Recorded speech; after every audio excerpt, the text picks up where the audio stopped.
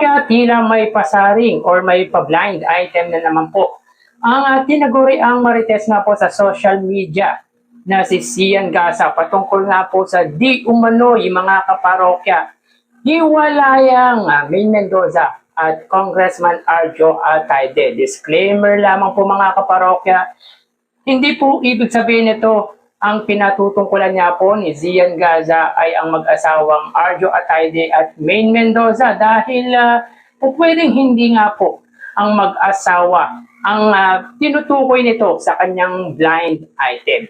So yun nga po mga kaparokya, bago natin pag-usapan yan, magpapakilala nga po muna ako sa inyo. Ako nga po pala si Mervin, ang tao sa likod ng YouTube channel na Kaparokya TV. At humiling ako sa inyo mga kaparokya na paki-subscribe ang aking YouTube channel. Paki-like and share na rin ng sa gayon ay mas dumami pa po ang makapanood ng mga ina-upload po nating video araw-araw. Maraming salamat po at sobrang na-appreciate po kayo mga kaparokya. So yun nga po mga kaparokya, alam naman po natin na sobrang init nga po yung topic patungkol sa di umano'y hiwalaya ng Itbulaga host na si Maine Mendoza at ang congressman nga po na si Arjo Ataide. At magpasa hanggang ngayon mga kaparokya ay usap-usapan pa rin po ang patungkol nga po dito. At yun nga po mga kaparokya, may nakita nga po tayong write-ups coming from Baluga na meron nga pong subscribers or followers na 135,000 followers. At sabi dito mga kaparokya nung Facebook page na Baluga, mas mabibilib ako kay Sian Gaza kung ma-confirm niya kung kailan sila last nag-ano. A. Arjo Ataide, M. Maine Mendoza. Sila ang tinutukoy ni Sian Gaza. Pero pwede magkamali dito mga kaparokya si Baluga sapagkat po pwedeng hindi po si Maine Mendoza ang pinatutungkulan ni Sian Gaza. Actually mga kaparokya, meron nga pong nirepost si Christian Albert Gaza patungkol nga po sa di umano'y hiwalayan ng mag-couple na related nga po or connected nga po sa entertainment at politics. At yun nga po mga kaparokya, alam naman po natin na si Maine Mendoza ay sa entertainment at si Arjo Ataide bukod sa entertainment ay nasa politika. At nirepost nga po ni Sian Gaza yung kanyang sariling post patungkol nga po dito. So sabi ni Christian Ian Gaza, "Chismis, hiwalay na sila. Ilang buwan na silang hindi natutulog sa iisang kama. Nagpapanggap lang na okay publicly for the sake of good image and political career.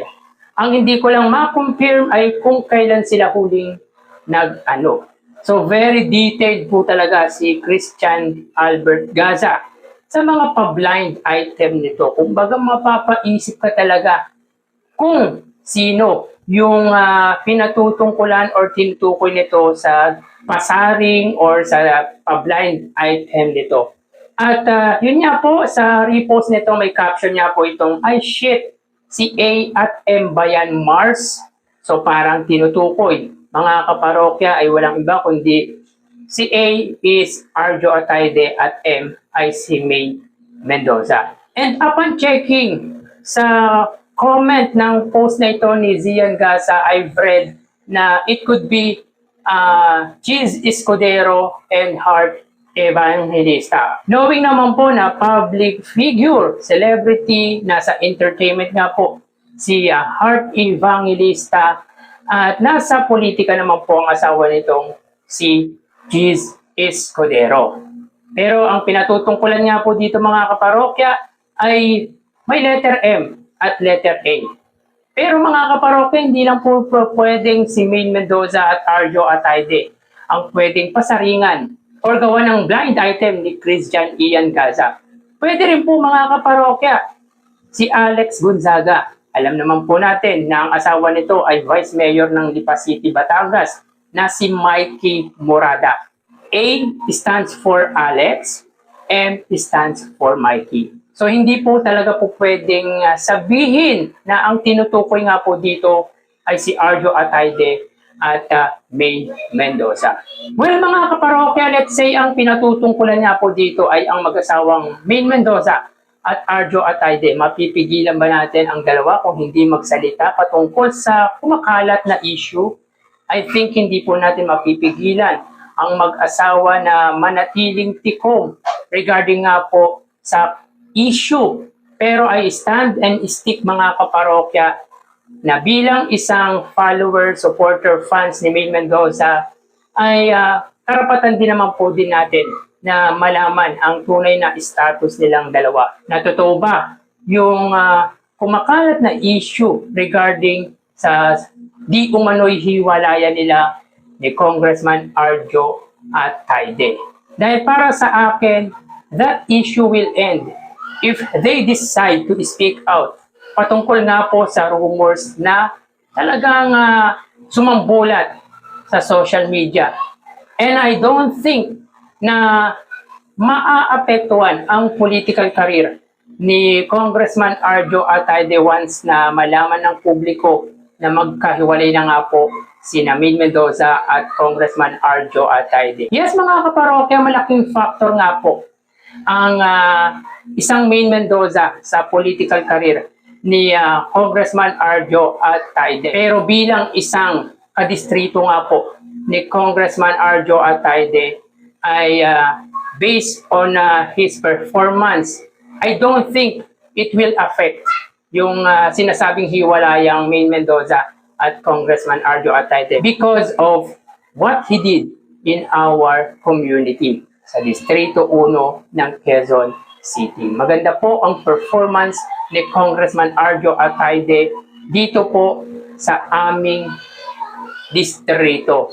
Alam natin mga kaparokya na medyo na-drag na po ang pangalan ni Congressman Arjo Atayde sa anomalous flood control. But again mga kaparokya, hindi po pwede nating i-judge si Congressman Arjo Atayde na hindi po napatunayan or napapatunayan na kasangkot siya or kasama nga po siya sa corruption with flood control anomaly. But when we say performance-wise mga kaparokya, I guaranteed you na maganda nga po ang performance ni Congressman Arjo Atayde dito sa distrito namin. At kahit para sa akin mas mainam ang maging tikom or manahimik patungkol sa mga issue, bilang isang fans ay mas mabuti pa pong magsalita ang mag-asawa nang sa gayon ay matapos na po ang issue na kumakalat, na bumabalot di lang po sa social media, kundi pati na din po sa mainstream at entertainment industry. So again mga kaparokya, hindi ibig sabihin na nagbigay nga po ng initials si Zian Gaza. Ang pinatutungkulan po nito ay si Maine Mendoza at Arjo Atayde. O pwedeng si Alex Gonzaga at Mikey Murada kung magbe-base po tayo sa initials na binigay nga po ni Zian Gaza. But again and again mga kaparokya, kahit pa po si Alex Gonzaga, Mikey Murada, Maine Mendoza, Arjo Atayde po, ang pinatutungkulan po dito ni Zian Gaza, wala po tayong magagawa kung hindi nga po sila magsasalita regarding sa issue na bumabalot or sa issue na tinutukoy nga po ni Zian Gaza. At kahit pa po maghiwalay ang mga ito, ay mananatili pa rin po silang kumakain ng higit sa 3 beses sa isang araw. So kayo mga parokya, sa palagay ba ninyo, si Maine Mendoza at Arjo Atayde po ba ang pinatutungkulan dito ni Zian Gaza? Paki-comment naman po mga kaparokya ang opinion nyo hinggil nga po dito. So hanggang dito na lang po tayo mga parokya. Magsingat po tayo palagi. Thank you and God bless.